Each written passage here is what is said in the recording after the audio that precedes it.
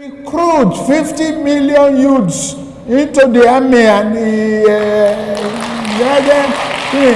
take away from their recruitment source. What they will eat?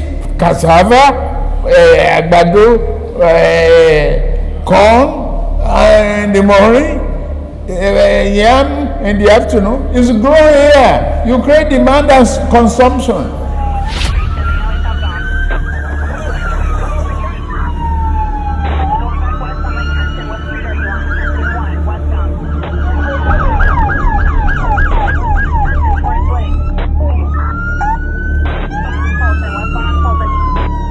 On October 11, 1990, federal agents from the U.S. Drug Enforcement Administration knocked on the front door of 460 Taft Place in the city of Gary, Indiana. Once a booming steel town with a population approaching 180,000 in 1960, Gary was one of a number of cities and towns across the U.S. suffering from severe population loss, among other adverse effects of overseas competition on their mainstay industries. From having over 30,000 employees at its peak in 1970, the city's main employer, U.S. Steel Gary Works, retained just 6,000 employees in 1990. Under these circumstances, this city and its 77% African-American population were witnessing explosive growth in one of the only industries guaranteed to boom under such difficult circumstances. 42-year-old Lee Andrew Edwards was one of the entrepreneurs who had found a place in the heroin trafficking business, and by all accounts, he had done very well for himself. With the proceeds from his illegal business, he had bought 2 residential homes, including 460 Taft Place, an apartment building, a liquor store, and a new car, all paid for with cash. Now, according to court records from the United States Court of Appeals 7th Circuit, the DEA agents arrived at the property to execute a search warrant after a 7-month FBI investigation involving Edwards' brother, Jimmy, had implicated him as the narcotics kingpin of Gary. Edwards did not open the door for the agents, who were forced to break into the house. He then fired 3 gunshots at them, after which he surrendered. DEA agents found weapons including a carbine rifle, thousands of dollars in cash, drug prepping equipment including a triple beam scale, and several grams of cocaine and heroin powder in the house. He was later sentenced to life in prison, but not before something about his business operation came to the fore. Federal investigators had determined that Edwards' heroin supply came from a Nigerian drug dealer in Chicago called Abiodun. Abiodun had earlier agreed to work for the feds in exchange for lighter sentencing, and as part of the plea deal, he revealed everything he knew about the heroin trade in Chicago. Located at the junction of 4 states with a combined population exceeding 27 million at the time, Chicago was a key trafficking hub in the American heroin trade, and as it turned out, the wholesale trade of an especially potent form of heroin from Southeast Asia in 1990 Chicago was controlled by Nigerian criminal gangs. The following excerpt is taken from the January 2001 Illinois Drug Threat Assessment published by the U.S. Justice Department's National Drug Intelligence Center. Nigerian criminal groups are responsible for wholesale distribution of most of the SEA heroin shipped into Chicago. SEA heroin, which is 80 to 90% pure, is being sold by Nigerian traffickers for $80,000 to $110,000 per kilogram. Wholesalers in Chicago usually sell heroin without cutting it to minimize the handling of the product and their exposure to law enforcement. Now, Agbele himself was no criminal mastermind, however. As he testified under oath, that honor belonged to a man who went by the name of Adegboyega Moise Akonde, who was apparently his uncle. Shortly after Agbele's arrival in the US, Akonde had taken him under his wing and showed him the ropes of wholesale heroin trafficking. When Akonde returned to Nigeria in mid-1990, Agbele was left in charge of selling regular heroin shipments from Nigeria to Lee Edwards and delivering the profits to his uncle. In the meantime, the Nigerian-led heroin trade in Chicago fed an addiction epidemic that became so bad that it changed local health and law enforcement practices. For the first time, providing addicts with free access to safe syringes and needles to ensure that they did not share them and possibly spread HIV became a core focus of public health policy. In other words, SEA heroin from Nigeria was so potent and addictive that public health policy in Chicago shifted away from trying to make heroin addicts stop using altogether to merely ensuring that they used safely. A notable organization that did such outreach work with heroin addicts was the Chicago Recovery Alliance. While researching this story, I reached out to its current executive director, John Werning, to get a sense of how the heroin epidemic changed law enforcement practices from the 1990s to date in Chicago. And his comments were very predictably grim. He said, "Heroin, of course, has consequences. But I think we would probably say that the more major impact is the draconian laws around how heroin was policed. I think that it's pretty well established that there was a very specific targeting of folks who use drugs generally, but also heroin in particular, and it was mostly targeted toward the policing of black and brown communities. That's not specific to Chicago. I think that's across the nation. But just in general, I think there was a lack of compassion by government entities to give people access to the treatment that they need, or non-violent drug possession and mandatory minimum sentencing. I mean, there's a ton of different aspects of this that absolutely eviscerated populations, particularly marginalized populations in Chicago, and that's probably the advocate's view on this.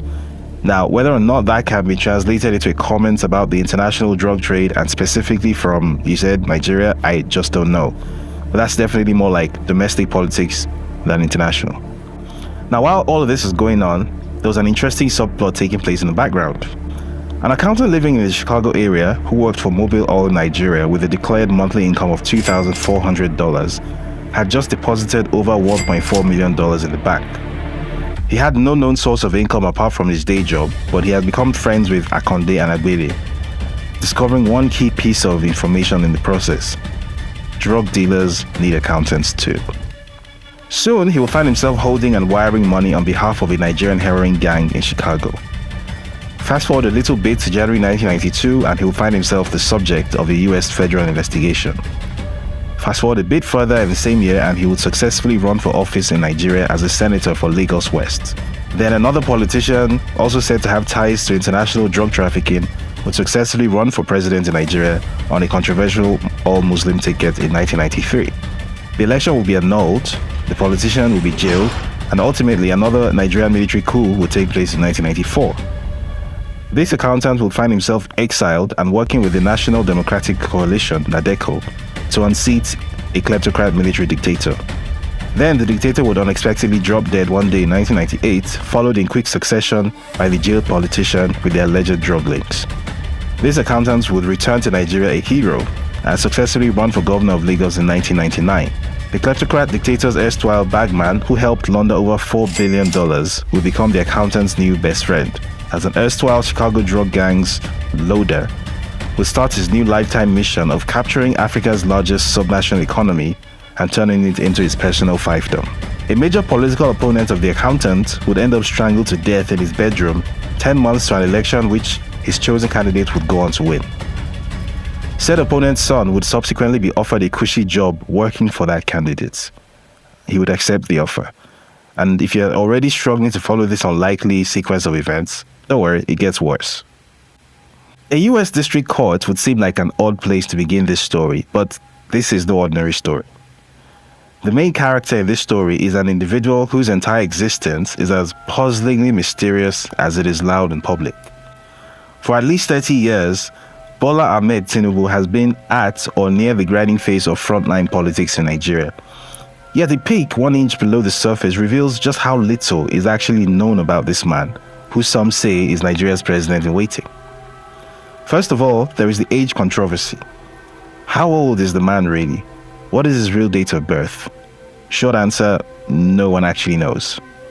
Like many Nigerians born into the less than auspicious circumstances that characterized his childhood in Iragbiji in Osun State, southwestern Nigeria, he himself may not even know. Similar controversy exists around what his actual name is. A popular theory is that Bola Ahmed TINUBU is an identity that he transitioned into at some point after moving to Lagos to live with his surrogate mother, Alhaja Abibatu Mogaji. The only thing every version of his life story has in common is that for the first 2 decades or so, he was apparently invisible and unmemorable. There are no childhood friends, there are no classmates, there are no neighbors, there are no colleagues that remember him. Sometime in the mid-1970s, however, he somehow materialized at the international airport in Lagos, holding a passport with a US visa and a one-way ticket to Chicago in hand. From his arrival in Chicago in 1975, his story then becomes easier to track and verify. So what do we know about this guy? We know that he spent 2 years gaining an associate degree at Richard J. Daley College in Chicago. From there, he proceeded on to Chicago State University, where he studied accounting, completing his bachelor's degree in 1979. Subsequently, his story appeared straightforward and prosaic. He got a job as an accountant at Mobil Oil Nigeria Limited in Fairfax, Virginia, got married to Oluremi, went on to have 3 kids with her, after 3 fruitful indiscretions, shall we say.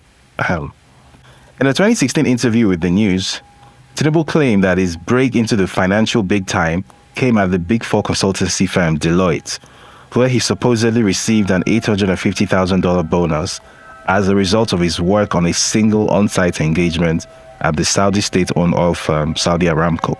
Now, for anyone with even a passing knowledge of corporate consultancy pay, the categorical dishonesty in this claim needs no explanation. For everyone else, here is a current breakdown of the maximum possible amount that a partner, which is the highest attainable position, can realistically expect to earn at Deloitte USA.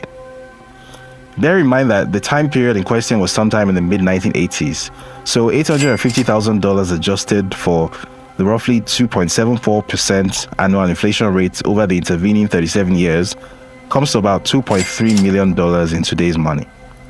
And even more incredibly, TINUBU claimed that he was awarded such a bonus and he was essentially less than 5 years into his career as an accountant, never mind making partner. Now, while the interview in question contains several other giant fibs, this particular one stands out because it is the first time in the TINUBU story where he himself acknowledges and tries to explain the fact that he once had a lot more money than a simple accountant working a 9-to-5 consultancy job could reasonably account for at that point in his career. And you should keep that in mind because this becomes more important later on in the story. Now, in any case, one doesn't need an economic study or a Glassdoor salary survey to establish that TINUBU was blatantly lying about where the supposed $1.8 million sitting in his account came from. A document whose existence has long been teased and rumored but never quite properly dissected in public domain tells us all that we need to know. This document, which was obtained from the U.S. District Court of the Northern District of Illinois Eastern Division, contains damning information that TINUBU himself has spent the past 30 years trying to suppress, undermine, and ignore. This document contains comprehensive case files of a federal case from July 1993, containing clear and incontrovertible evidence that Bola Ahmed TINUBU was once, in fact, a bagman, handling and laundering proceeds of heroin trafficking for a Nigerian drug ring in Chicago. Now, this is not the first time that the contents of this document have been reported, but other stories that have tried to report this story have typically not gone into the detail needed to drive home the point that the man who would be Nigeria's next president is, in fact, a drug criminal.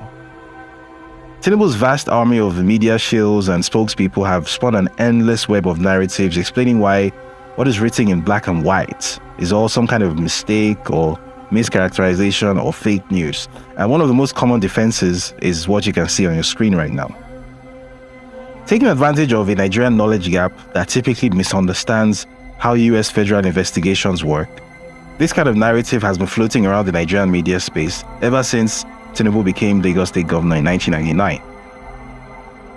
Now, explaining the efficiency of indictments in the US, H. Michael Steinberg, founder of the Steinberg Colorado criminal defense law firm, says, "What are the chances for a not guilty verdict if a federally charged criminal defendant takes the case to trial? Statistically, not very good. Currently, federal prosecutors tout above a 95% conviction rate. This is primarily due to the fact that most cases never make it to trial. Most defendants end up taking a plea bargain rather than risk a potentially much greater prison sentence which could be dealt them if they actually went to trial and lost." Now, what this means in other words is that America's feds are very good at their jobs, and the likelihood of a defendant in a federal case not being convicted is roughly 5%. Basically, not very good chances. So, could TINUBU perhaps have been part of that 5%? And if not, then what happened exactly that prevented a conviction? Among the dozens of documents in the case files, there's a sworn statement by IRS Special Agent Kevin Moss, who personally investigated Bola TINUBU's financial activities in the lead-up to Lee Edwards' arrest. Here, we reunite with our old friends Abiodun Agbele and Adegboyega Moise Akonde as we pick our way through our heroes' forbidden past. Now, in the interest of keeping this brief, here's a Cliff Notes version. The U.S. Attorney for the Northern District of Illinois, Michael Shepard, files a complaint for forfeiture of funds in bank accounts held by TINUBU as they hold proceeds of a heroin distribution organization headed by Adegboyega Moise Akonde.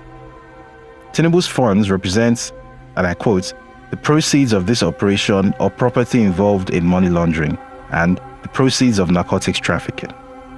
Shepard requests that the court adjudge and decree that the funds should be forfeited to the United States. Special Agent Moss has analyzed financial documents including bank statements, money orders, cashier's checks, tax returns, and, I quote, wire transfers of huge amounts of cash generated by individuals who are believed to be members of this heroin distribution organization. And he reaches a professional conclusion that the accounts controlled by TINUBU, and I quote, were involved in financial transactions representing proceeds of drug trafficking. The investigation, which began in 1988, has identified Adegboyega Moise Akonde and his nephew Abiodun Agbele as key figures in the trade and distribution of heroin. The investigation identifies a third individual working with the duo to launder their money as a certain Bola TINUBU. In December 1989, Akonde takes TINUBU to a First Heritage Bank to open an individual money account. On the application, TINUBU gives his address as 7504 South Stewart Avenue, Chicago, which is the same address that Akonde uses as his heroin trap house. Special Agent Moss discovers that Mrs. Oluremi TINUBU has previously opened a joint account at the same bank with Audrey Akonde, wife of Adegboyega Moise Akonde. On January 4, 1990, just 5 days after opening the account, TINUBU deposits $80,000 into it. On a subsequent credit application dated January 6, 1990, TINUBU states that he is an employee of Mobil Oil Nigeria Limited with a total monthly salary of $2,400 and no other sources of income. He gives his address as 7504 South Stewart and lists Akonde as his cousin. Despite earning just $2,400 a month with no other known source of income, bank records from First Heritage Bank show that over the course of 1990 alone, Bola TINUBU goes on to deposit $661,000 into his individual money market account, followed by a further $1,216,500 in 1991. And if you're paying attention, that is roughly equal to the $1.8 million he would later claim he made from Deloitte bonuses and salary deposits. Now, when Special Agent Moss interviews Mobil Oil reps about TINUBU's employment, they confirm that TINUBU works at Mobil Oil Nigeria as a treasurer in a capacity that does not involve transfer or custody of large amounts of money. Moss also discovers that TINUBU has failed to file US income tax returns since 1984. On January 10, 1992, a court order is obtained to freeze some of TINUBU's bank accounts containing the suspected proceeds of heroin trafficking in excess of $1.4 million. On January 13, 1992, during a telephone conversation from Nigeria with Special Agent Moss, TINUBU admits to the agent that he knows Akonde and that he had previously wire transferred $100,000 to Akonde's account in Houston. Further, TINUBU says that the $80,000 he deposited into the First Heritage Bank came from Akonde. TINUBU also reveals that he had additional bank accounts in Fairfax, Virginia and London, UK. Speaking over the telephone with Special Agent Moss on January 14, 1992, TINUBU admits that he knows Agbele and that he met him through Akonde. TINUBU admits that he has associated with Agbele and Akonde in the US and in Nigeria. In this conversation, TINUBU denies having any additional bank accounts in the US. On January 24, 1992, following a seizure warrant to freeze over $500,000 of unexplained funds in TINUBU's Citibank account, Citibank discovers 2 additional bank accounts controlled by TINUBU under the name of Compass Finance and Investment Company Limited. Citibank's account opening KYC records bring up a memorandum of association and articles of organization identifying Akonde and Agbele as directors of Compass Finance and Investment Company Limited.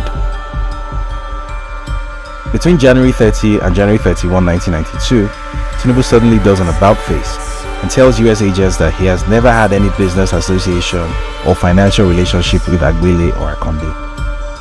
This statement directly contradicts his earlier statements and the documentation from Citibank and First Heritage Bank. Special Agent Moss concludes in his submission that based upon this evidence, there is probable cause to believe that a number of TINUBU's accounts are involved in narcotics transactions. The court agrees and orders the forfeiture on August 18, 1993. TINUBU opts to fight the case, claiming that the money is legitimate and it belongs to one Kafaru TINUBU and his surrogate mother Alhaja Habibat Mogaji. Ultimately, he enters into a settlement with the US government on September 15, 1993, agreeing to forfeit $460,000 of the heroin trafficking proceeds to the US government. The balance of roughly $1 million is released to him. Now, why did the US authorities adopt this approach instead of going the whole hog and insisting on litigation so as to obtain the full amount? The US Justice Department's guidelines for asset settlements to cases provides the answer to this in plain English. Settlements to forfeit property are encouraged to conserve the resources of both the United States and claimants in situations where justice will be served. In any case, the ascent of General Abacha and his rabid anti-American posturing very quickly led to a shift in US government priorities. Anyone who was on board with NADECO and promoting democracy in the face of Abacha's fascism suddenly became an ally, even if just a few years before they had contributed to a heroin epidemic on the streets of Chicago. As anyone with some knowledge of the CIA-Contra crack cocaine affair would know, even Uncle Sam can turn a blind eye to drug dealers when they are working in his interests. Also remember, it was the 1990s. The 90s were a crazy time. At the time when TINUBU informed the US authorities that he was a lowly treasurer at Mobile, Nigeria on $2,400 a month, after having apparently been the world's most generously rewarded junior Deloitte accountant, he was doing some decidedly non-lowly things in the background. Now, while working on this story, a bit of research across US land registries threw up a few pearlers like this one from the Land Records Department at Prince George's County in Maryland. Now, on January 20, 1992, barely 10 days after IRS Special Agent Moss made first contact with TINUBU via telephone, TINUBU purchased a 4-bedroom, 3,016 square foot home at 10111 Limestone Court, Potomac, Maryland, for the miserly sum of $450,000, which he paid in full and upfront, by the way, no mortgage.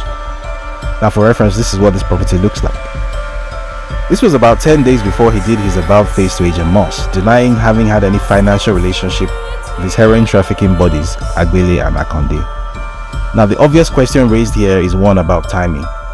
Was TINUBU attempting to hide money from US authorities by parking it in real estate once he realized that they were onto him? Where did the funds to carry out this transaction even come from at a time when his accounts were being frozen right, left and center?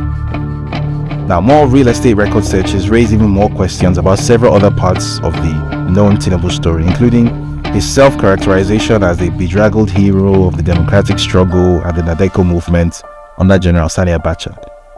Now, in the interview mentioned earlier, he claimed that following Abacha's coup and his eventual exit from Nigeria, that he was forced to live almost like a pauper after the Nigerian government stripped him of all that he had. Describing his weary but triumphant return home from exile, he said, "I came home with 3 pairs of trousers and 3 jackets. Meanwhile, I had no Victoria Island home to return to. It had been taken over by Abacha. They dispossessed me of the house as well as my office on Saka TINUBU Street, my vehicles and everything else I owned. They claimed they found bombs in it and dispossessed me of it. I was totally cleaned out. I had only 5 shirts, the £2,000 and the jackets." And yet, the Prince George's County Land Records Department will beg to differ, because here was our tragic, impoverished hero of the NADECO struggle, casually dropping the minor sum of $147,000 in 1995 for a 3-bedroom, 1,668 square foot home at 12625 Hillmead Station Drive, Prince George's County, Maryland. He would go on to trouser a tidy $13,000 in profits when he sold it on just 3 years later. He was at it again in 1997, putting down the modest sum of $491,465 on a 4,558 square foot property at 1708 Parkside Drive, Mitchellville, Maryland. Again, all cash, no mortgage. He'll go on to sell this property in December 2018 for $700,000.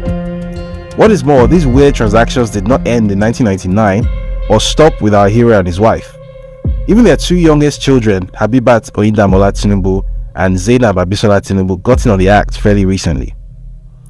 Aged 32 and 30 respectively, two of the three youngest members of Bola Tinubu's family have managed to escape scrutiny, mostly because the Freedom of Information Act in Nigeria is still much more aspiration than fact. Not so in America, where a plethora of services can pull up all kinds of records including birthdays, criminal convictions, and real estate transactions. Especially real estate transactions. Such as the ones where a 25-year-old with no known employment or source of income was able to pay $2,150,000 in 2014 for a deluxe condo at 55 Berry Street, Brooklyn, New York. Full and upfront cash payment again, no mortgage. Or real estate transactions where the 25-year-old's 22-year-old sister, who was fresh out of music school with no known source of income, was able to pay $2,400,000 in cash to buy a deluxe apartment at 255 Hudson Street, New York, using the 1-inch thick fig leaf that was a company that she herself owned. It appears that Bola Tinubu's good fortune could be genetically transmitted. I mean, what are the odds that the only junior accountant in the world to earn an $850,000 bonus on a single engagement will turn out to have children who can buy luxury real estate in New York for millions of dollars while being unemployed with no known source of income? Not great chances, but here we are. Now, in the course of researching this story, a name that kept coming up repeatedly as a comparison to Nigeria's Teflon Asiwaju was a certain Moshood Kashimawo Olawale Abiola, MKO Abiola.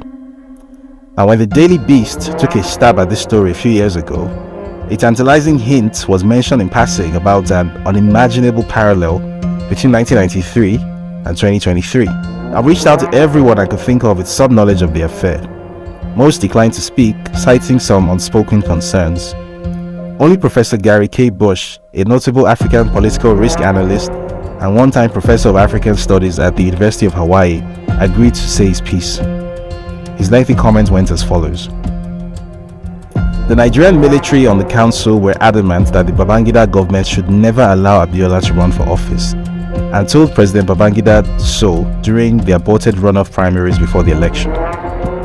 The basis for their concern about Abiola was the information and documentation being circulated in Washington, London, and Lagos of Abiola's alleged ties to the drugs business.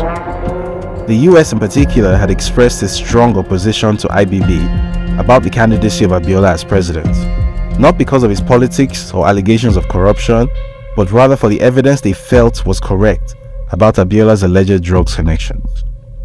This issue was raised in the military council on 3 occasions, and Babangida was warned. He refused to take a decision until it was almost too late.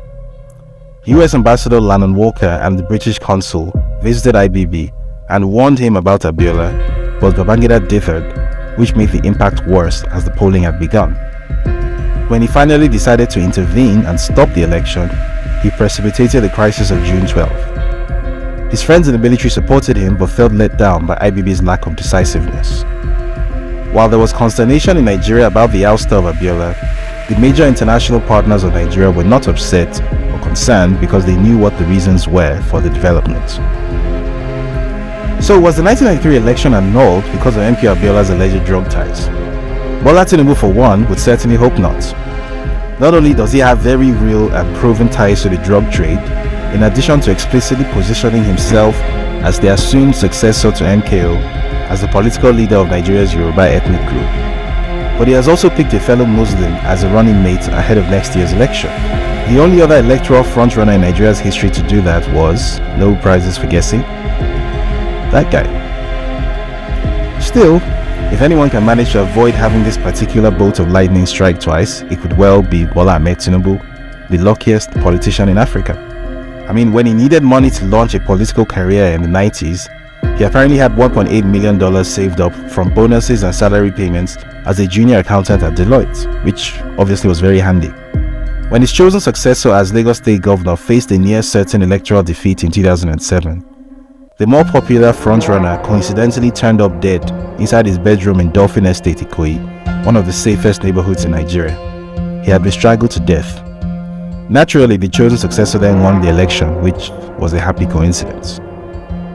When he backed a candidate against the incumbent president in 2015, His good friend Gilbert Chaguri, the former kleptomaniac dictator's bagman, happened to have an excellent relationship with US Secretary of State Hillary Clinton. And she just happened to ignore recommendations from the State Department and US intelligence services to proscribe Boko Haram as a foreign terrorist organization, which effectively allowed it to gain critical mass and make the then government of the day even more popular. Naturally, his candidate duly won the election. Very lucky guy. When a former business partner, Dapo Akpara, took him to court over financial impropriety and money laundering at Alpha Beta Consultants, which is basically his little straw into the Lagos State government's treasury, the court became the first court in the history of Lagos State to burn to ashes and have all its files destroyed. The case was never refiled and it's currently being settled out of court, which is, of course, absolutely coincidental and very regrettable. The 1990s were a crazy time, and the 2020s are even crazier.